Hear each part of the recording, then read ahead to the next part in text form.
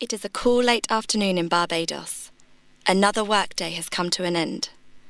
Over on the south coast, rush hour traffic is at its peak as weary commuters make their way home to unwind after a long day on the job. The area is a hive of activity as it is a popular tourist centre.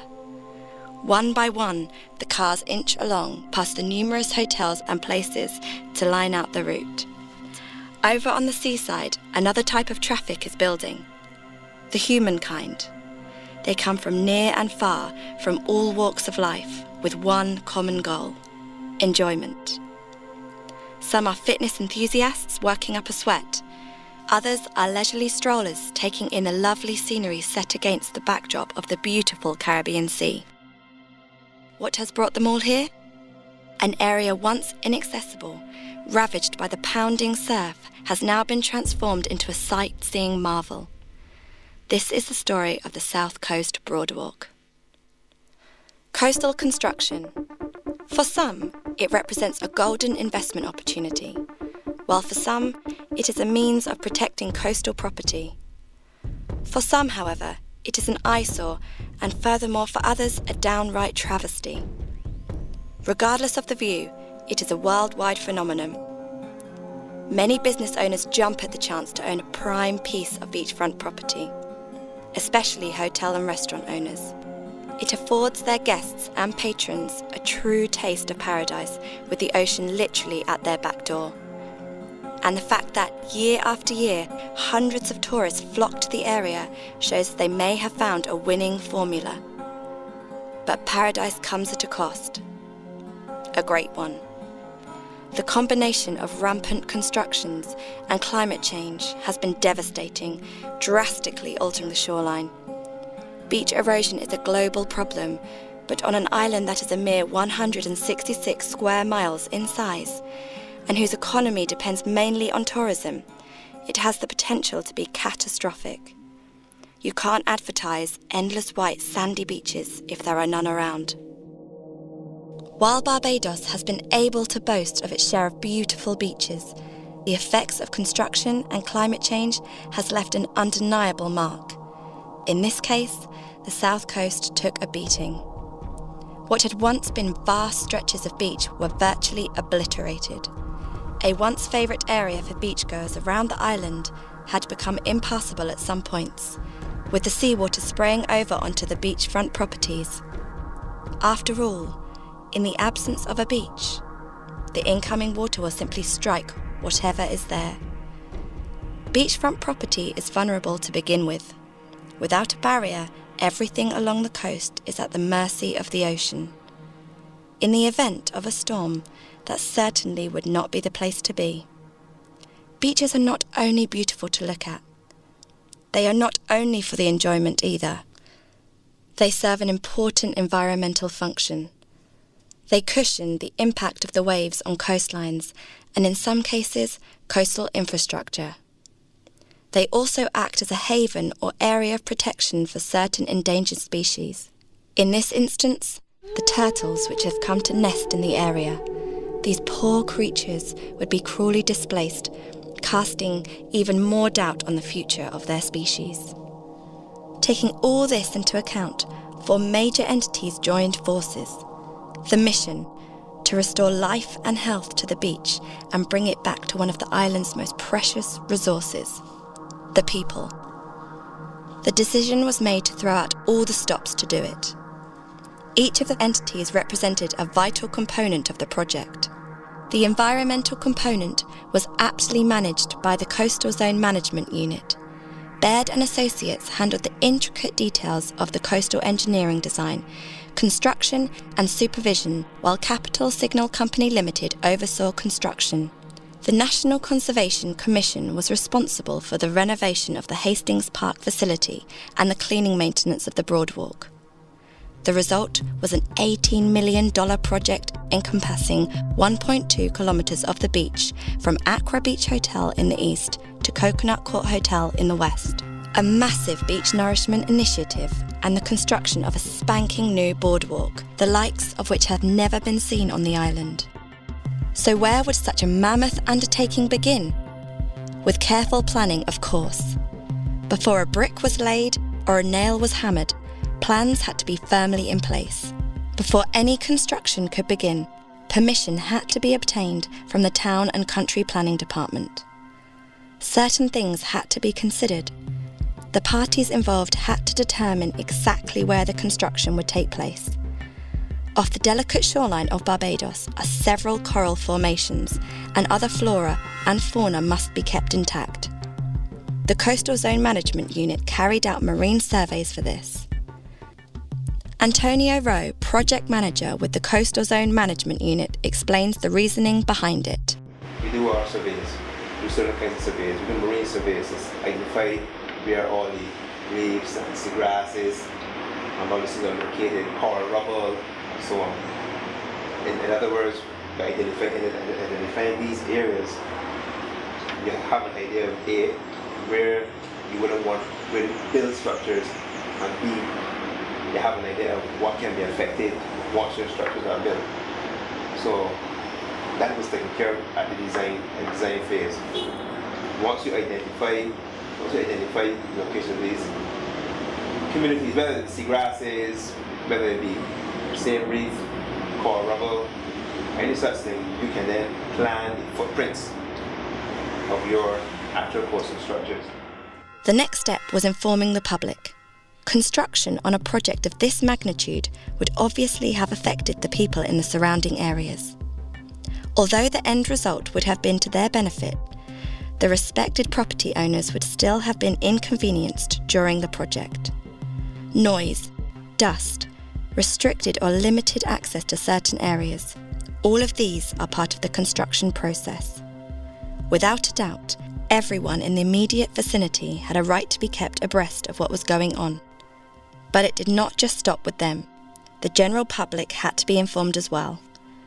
As Antonio Rowe explains, there is a particular order of how this was done. Yeah, the whole issue of letting the public know about the project and the effects and so on is handled at different stages. Initially, you deal with the stakeholders immediately in the vicinity of the project. And by stakeholder, I mean people who live almost adjacent to the project as it's going on. People who will be immediately affected by the project, immediately. Get them together first, and you have a meeting, outline the project, and what it's about, what's the objectives, and the possible impacts on them. Those are the immediate stakeholders. From there, you move to the more public media, newspaper, television. For this particular project, so to date, we've had 2 interviews with CBC. And that information was sent out during the CBC News for the broader public. We like to do it that way because we want the immediate stakeholders or people immediately affected to know first, and not to get here on television with everybody else. Once this was done, it was time to get down to business. The aim was to provide a product of highest quality whilst making the most of efficient use of time. As they say, time is money. And in this case, it was. Each day that the project ran past the deadline, the contractor would lose money. This was incentive enough to finish on time. First, in order for a boardwalk to be built, there had to be a beach. What was left of the beach along this stretch would just not do. Over time, it had been ravaged. The evidence of coastal erosion was everywhere. At certain points, the properties were at the mercy of the breaking waves. Something had to be done, not only to salvage it, but to restore it to its former glory, or better. The beach had to be rebuilt. This process is known as beach nourishment and has been done in several other countries. It has also been done locally at Rockley Beach, Christchurch, Weston in St James, and Speightstown, St Peter. In previous projects executed by the CZMU as part of its Coastal Conservation Programme. This programme has been jointly funded by the Government of Barbados and the Inter-American Development Bank since 1982. Beach nourishment is defined as the placing of sand from an external source onto an affected beach to aid in its restoration to near normal condition. More sand means more area for the breaking waves to cover. But this could not be done haphazardly. Everything was calculated down to the last detail. Physical and numerical models were used to simulate what previously existed and to explore the best design options. Nothing was left to chance. Using the models, different scenarios were tested to see what would happen under different weather conditions, tides, currents and the like. These particular projects, each one of them started out with a concept, an initial concept, and then we looked at all the environmental parameters, waves, currents, water quality, sediment, transport, details, and right down to the size of the sands, of the grains of sand, and how they're distributed along the shoreline, and what will happen if we build various structures. We took that information, we constructed physical models for Rockley as an example. So we constructed the actual offshore bathymetry, or underwater water depths. We constructed the shoreline. We put sand on the shoreline, but all at a scale of 1 to 30. And what that means is if you have a 30-foot long structure in real life, it's only a foot long in the model. And then we test it with waves, and the waves are actually a perfect simulation of the ocean waves. Meaning they're not sinusoidal, they're irregular, as you see in reality here. And we've taken offshore wave data collected by the Coastal Zone Management Unit to calibrate our models or make certain that they are realistic. We ran all those tests and came up with, or refined our concepts that we'd initially developed, and then we go to design. A lot of numerical and physical modeling would have been undertaken for this project. Numerical modeling is primarily computer stuff. We would use our information that we have on the offshore bathymetry. By bathymetry I mean the depth offshore, marine surveys, so let's know where the reefs are, and input those into the computer program and do our wave analysis, so we get an idea of what we expect the waves to be like on shore, and our sediment analysis. The sand brought in had to be similar in texture and consistency to the sand that was already there, so it would not upset the natural balance of the beach. In this case, 18,000 metres of sand from dredged material from the deep water harbour purchased from the Barbados Port Inc. were brought in for the job. Sand could not just be placed all along the beach either. The movement of the sand along the beach and coastal segment was very important. It's designed as a series of cells with headlands, one of which we're standing on. The headland is designed to capture sand on the upstream side. There's a longshore current that flows from east to west, and it carries hundreds of tons of sand along with it, parallel to the beach. If there's walls or stone or a hard defense, the sand can't gather. And by putting these headlands out, what we do is we capture sand on the upstream side, and then we defend the downstream side. And what we end up with is cells of sand along the whole structure. To ensure that it was as successful as it could be, the sand was deposited at strategic points on the beach, and it was allowed to be carried further downdrift by the waves. This allowed for the natural placement of the sand, and the beach was effectively restored. At the same time, the natural movement of sand downdrift ensured that the sand bypassing to adjacent beaches was occurring continuously and simultaneously as the construction was ongoing. In June 2007, construction began. This was a top-notch project, right down to the materials used. This boardwalk was not going to fall apart after such huge effort was made to construct it. It had to be one that would stand the test of time, tide and wave action. It also had to be relatively low maintenance. There are other boardwalks around the island which were constructed with purple heart and green heart primarily. While both of these woods are known for their hardwood quality, other things had to be taken into context. Example, weathering of the wood, and its persistent exposure to damp and hot conditions on its lower and upper surfaces respectively. Purple heart and green heart are good for houses, but it has been proven that they are not very durable in the construction of boardwalks. They require lots of maintenance. It was for this reason that, when the decision to erect the South Coast Boardwalk was made, detailed research was carried out to find the best wood for the job. one that was harder, stronger, and required less maintenance. The wood would have to stand up against constant exposure to salt water and sea spray. But was there a wood that was out there to meet all these requirements? There certainly was. After extensive research, Brazilian Ipe wood was chosen for the job. Ipe is one of the strongest types of wood in the world. If any wood could take such a battering, this was it. Inevitably, maintenance would have to be done. But with this type of wood, it would not have to be as frequent as the other softer types of hardwood. With Ipe wood, maintenance will be done every 5 to 6 years. Much thought was also given to the types of boulders used along the edge of the boardwalk. Here again, they deviated from the norm. Usually, limestone is used, but in this instant, granite was chosen. Granite is denser and more resistant to the seawater's abrasive and corrosive salt content. Because of its density, it is also less likely to be moved by the constant force of the waves. Example, it will not wear down as quickly. The granite was imported from Nova Scotia, Canada.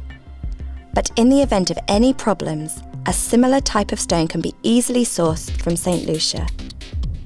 The concrete, too, had to be up to standard. As the engineering works were on the coastline, a higher grade and standard of concrete had to be used than that used in the local building industry. To ensure this, slump tests were done to see how well it would hold up. If it did not pass the test, it would not be used. The concrete that's delivered to the project, because it's a marine environment, exposed to waves, exposed to the sun and sand and abrasion regularly, it's very important that the quality of the concrete be very high strength. So we have specified that in our documents, and then the contractor is required to deliver that quality. So when it comes to the site, and concrete's quite complex actually, you have it, as it dries, they have to place it, they have to vibrate it into positions so there are no voids, and then they have to finish the surface. And that's actually quite a difficult process, especially in this environment. So what we do as they're placing the concrete is we monitor it very carefully. We take a test where we take a sample of the concrete, and the sample goes into what they call a slump test. It's in a cone, and we look at how far it settles and how fast before they even place it. We also take a cylinder. That's a test sample, so they pour it into a steel cylinder, and then that goes off for testing after it hardens. So we have both. We have the initial test where we can judge whether or not it's likely to be successful. If it is very poor concrete, we will not allow them to pour it. If it passes that test, they still have to pass the next test, but they will have already placed the concrete. So if they get to the second stage where they've placed the concrete, and the second test, which they call it a compression test, they put this cylinder in a machine that essentially pushes down until the concrete breaks. And if the concrete happens to fail that test, we will in fact make them take the concrete back out. Once the materials were chosen, the actual building of the boardwalk began. Handling this leg of the project was the Trinidadian construction firm Capital Signal Company Limited. The company has been in business since 1992 and has a solid reputation in the industry. Some of their best workers were brought in for the job. They worked diligently alongside local workers. Armed with the necessary materials, equipment, and the expert engineers' measurements, the workers set about doing their assigned tasks. A revetment was erected to protect the construction site as much as possible from the tides, so that the work would run more smoothly. After that, the foundation was laid.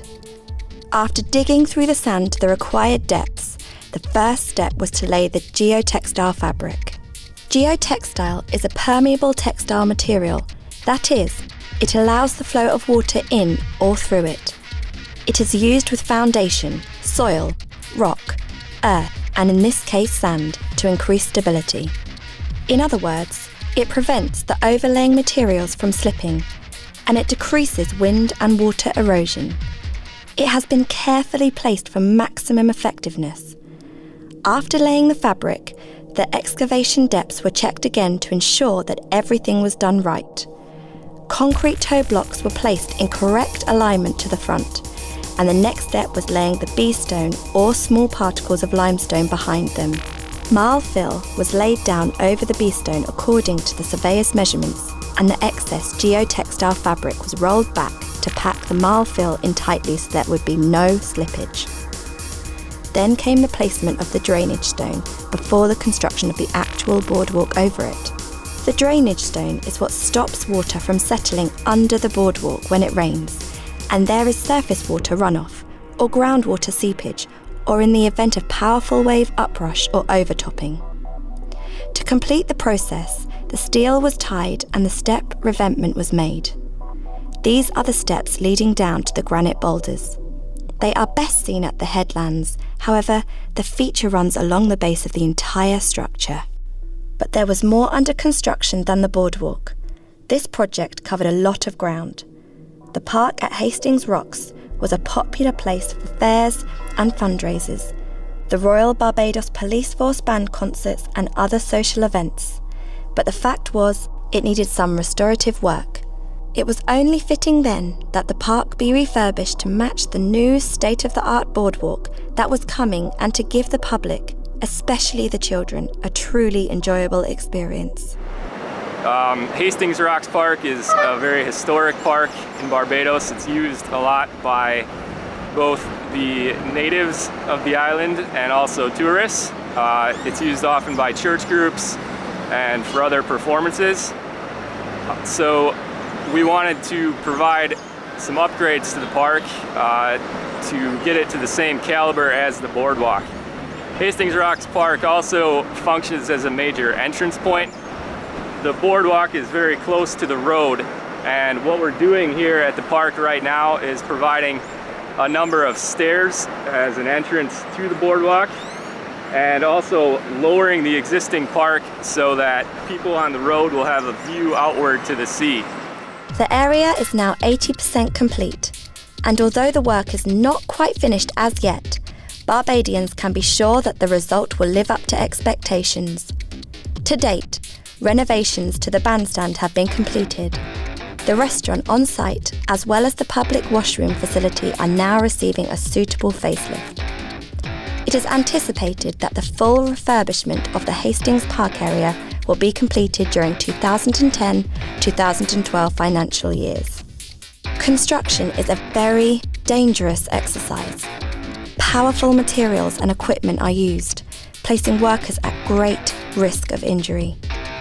With bulldozers, trucks, and other heavy equipment moving around on site, nails, exposed steel rebar, hammers and other electrical equipment and tools, and huge concrete slabs around, any number of things can go wrong. Injuries in construction are common and can vary from the very minor to, in some instances, the fatal. This is why safety is of the utmost importance. On this project, there were two types of safety to be considered: environmental safety and human safety. Not just for the construction workers, but for the general public. With controls to the site and members of the public, obviously it is the beach. We have posted signs throughout the length of the project, and it is getting better. People are getting more aware that it is a construction site, and that if they do come into the construction site, they will do so at their own risk.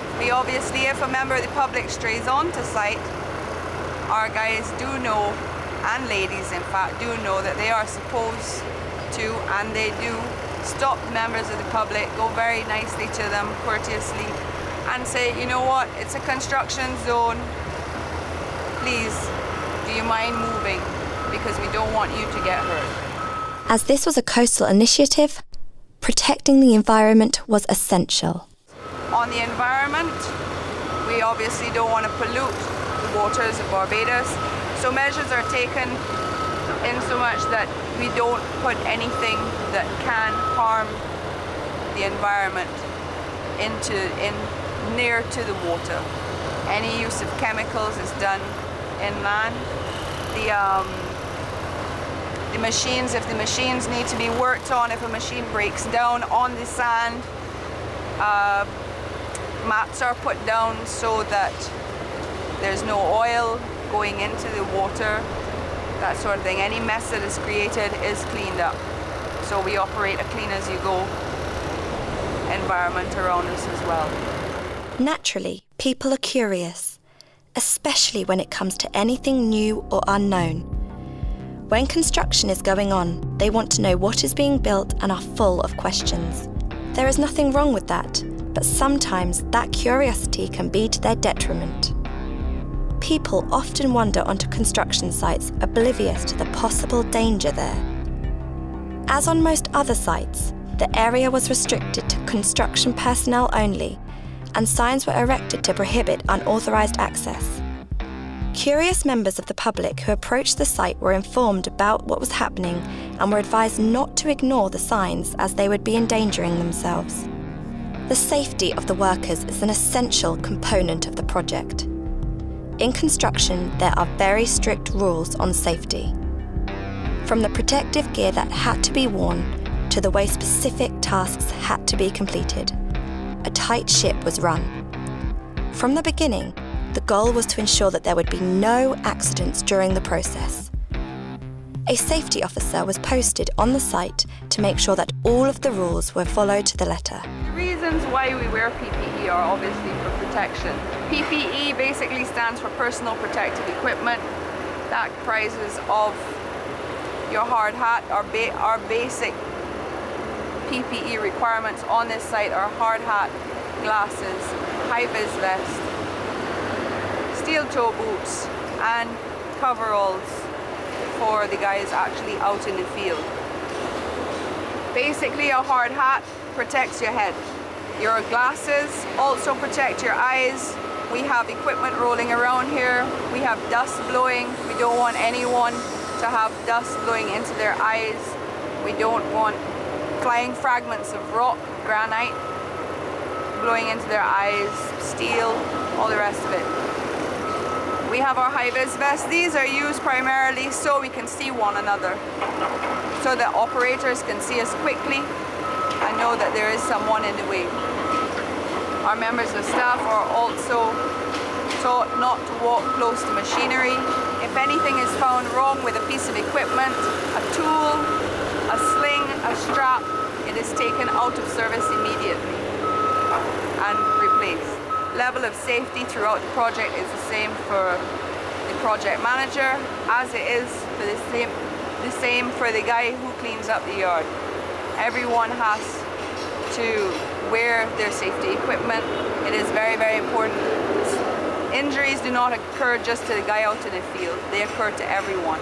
So it's important for everyone to abide by the safety rules and regulations. With the boardwalk in place, the aesthetic element now came into play. It was not only to be a functional boardwalk, but an attractive one. This was the landscaping component of the project. Much like the wood and boulders that were used in the construction of the boardwalk, the plants that were chosen to landscape it had to be of a certain type. They had to be salt tolerant and drought tolerant, since they also had to stand up against the harsh seaside environment. The Nature Group Limited handled this part of the project. The architects for this particular project, in terms of the landscaping, would have been Kevin Talma from Talma Mill Studios. They would have produced the project, the landscape designs, and we were contracted certainly to put in the plants as you see now. To that extent, then, what we actually been doing is adding in plants that are certainly salt tolerant and certainly drought tolerant. You will find that obviously close to the beach, we can't just put any and every plant in this location. Now, various plants have been used with keeping in line the drought tolerant and salt tolerant. Various plants would have been used.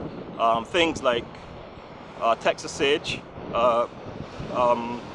things such as cocoa plum or fat port is better known as. We would have used lots of sea grapes because you would see that around Barbados, sea grapes mostly grow, on the beachfront. They're very, very sturdy. They can certainly maintain themselves in conditions such as these. We've used a plant by the name of Ficus panda, which is again very, very sturdy. We'll also notice that we've actually used some grass, and we thought that zoysia grass certainly would have been the best grass to use. That is very, very sturdy. In fact, So it's a grass is a grass that, you know, if you actually dig it and you leave it a little while, it'll grow back and spring back. So, you know, it doesn't require lots of water, it doesn't require lots of fertilizing, you know, and in these conditions, that's the kind of grass, that's the kind of inputs that you want to make sure that the project looks really good and that it can sustain the harshness of the beachfront. Then came the true test. January 2009, the entire boardwalk was made accessible to the public for use. After all the hard work, after the countless man hours, after such a gargantuan effort, would it all have been worth it? Or would the worst case scenario become reality? Would all the money invested in good faith in the pursuit of this dream have gone to waste? Would it be a colossal flop? After all the dust had settled, how would the sceptical property owners and the curious public react now? The public can make for harsh critics. Those who had believed in this project so passionately, from conception to completion, anxiously awaited the public's response. The public's interest was piqued. They came out in their numbers to get a feel of this exciting new product. They walked the length of the boardwalk, taking in all the sights and sounds. At the end, the verdict was in. The boardwalk was a hit, a resounding success. The property owners who had been sceptical and in some cases opposed to the construction of the boardwalk before were now singing its praises. A true businessman aims to make a profit. The boardwalk has opened up areas that had been impassable before. Businesses which were not visible from the roadside are now in full view from the seaside. You can't effectively market what people can't see. A stroll along the boardwalk now brings people up close and personal with the properties. A curious public means prospective customers. A welcoming atmosphere is a good product marketing. Prospective customers plus good product marketing equals more business. This is effective business strategy at its best. The boardwalk is very good for business. We had quite a few challenges at first because we are a restaurant and clearly we used to do a lot of corporate business. And due to the construction, the level of construction at the restaurant, it was not conducive to the atmosphere for Lent. So you know, we got a few persons who obviously stayed away because of the construction. But clearly it's redeeming itself in the sense that persons are coming into the restaurant again. Persons are, you know, coming in to see what we have to offer. All in all, it's done tremendously well for the restaurant so far, and I'm sure that it will continue to do that. The boardwalk here has been a tremendous impact on the overall ambience and the beauty of the hotel looking towards the ocean. What it has done for us is to create an area where the guests now can leave the hotel's environs and walk up and down the boardwalk, going towards Accra if they want to have a swim or just for a jog or for exercise by walking. For me personally, it's given our business greater exposure. A lot of people walk by, ask us, you know, what's going on here. They never saw us from the road. Now they see, wow, this is a nice place. I have to say it's been a win-win for us down here. They weren't the only ones who were impressed. This boardwalk was the public's dream. I find it really convenient for me because I like to walk mornings and evenings, and I feel relatively safe on the boardwalk. I'm away from the exhaust fumes of the cars and having to dodge the traffic and the sidewalks and everything. It's marvelous. As far as we're concerned, they've done a fantastic job. I think it will be a great boost for tourism and also for the local people. I think the boardwalk is a fantastic opportunity for persons who want to exercise, whether it's early in the morning or late in the afternoon, to come out and do their exercises in a relatively safe environment. We've watched the progress of this wonderful, I call it the promenade because in my home state of New Jersey we have a promenade instead of a boardwalk, but this is still a very pleasing experience. And to see the local people out here each morning and evening is delightful to me. the boardwalk is excellent for that. I see a lot of the local people meeting people that they haven't seen for a while, and they chat and walk every time they meet someone new. And for me, that's really great to see. I think it's beautiful. But there was one concern that expressed by several different people. Why, they wondered, was there not adequate lighting on the boardwalk so that it could be enjoyed at night as well? Did they forget to take nighttime strollers into account? The answer is no. The boardwalk was constructed for the full enjoyment of the public, but they were not the only consideration. There were other important elements that also had to be considered. The residents in the area and sea turtles. The residents in the area had concerns that if lights were on the boardwalk, their own property might face security issues, and that lighting might encourage loitering at night and potential noise-associated issues. Additionally, the hawksbill turtle is an endangered species, and it so happens that the area where the boardwalk is constructed is the nesting area. When they are born, the baby turtles, or hatchlings, instinctively head towards the brightest sort of light. Under natural conditions, that would be the sea. But if there are bright lights directly over the boardwalk, it might confuse them, and the results could be disastrous. The lighting initiative must therefore satisfy the public without further endangering the fragile turtles. A happy medium will definitely be found. As you walk along and experience the boardwalk, one thing that comes to mind is the question of access onto the area. Currently, there are still a few open windows along the coastal segment to allow you to view it from the road. However, as the increasing pressure for regenerative development of this refurbished coast continues, there will be the distinct loss of these windows. What will happen then? And how will the public gain access onto the boardwalk? At present, the public goodwill of some commercial property owners has resulted in the public using the areas for parking and access onto the boardwalk. This has been working well. In the future, government has already started to address this concern by ensuring that any new developments within the area must make provision for the public pedestrian access onto the boardwalk to ensure they continue to enjoy the amenity. At the end of it all, intricate planning, long man hours, concrete works and piles of sand and wood have all given way to this special coastal creation, the South Coast Boardwalk, a project that was delivered on time and within budget. And it has all been worth it, as the area is now extremely popular with locals and tourists alike. Not only has a piece of nature been restored, but a piece of Barbados has been given back to the people. This is what makes the South Coast Boardwalk a true treasure and gives Barbados a coast to be proud of.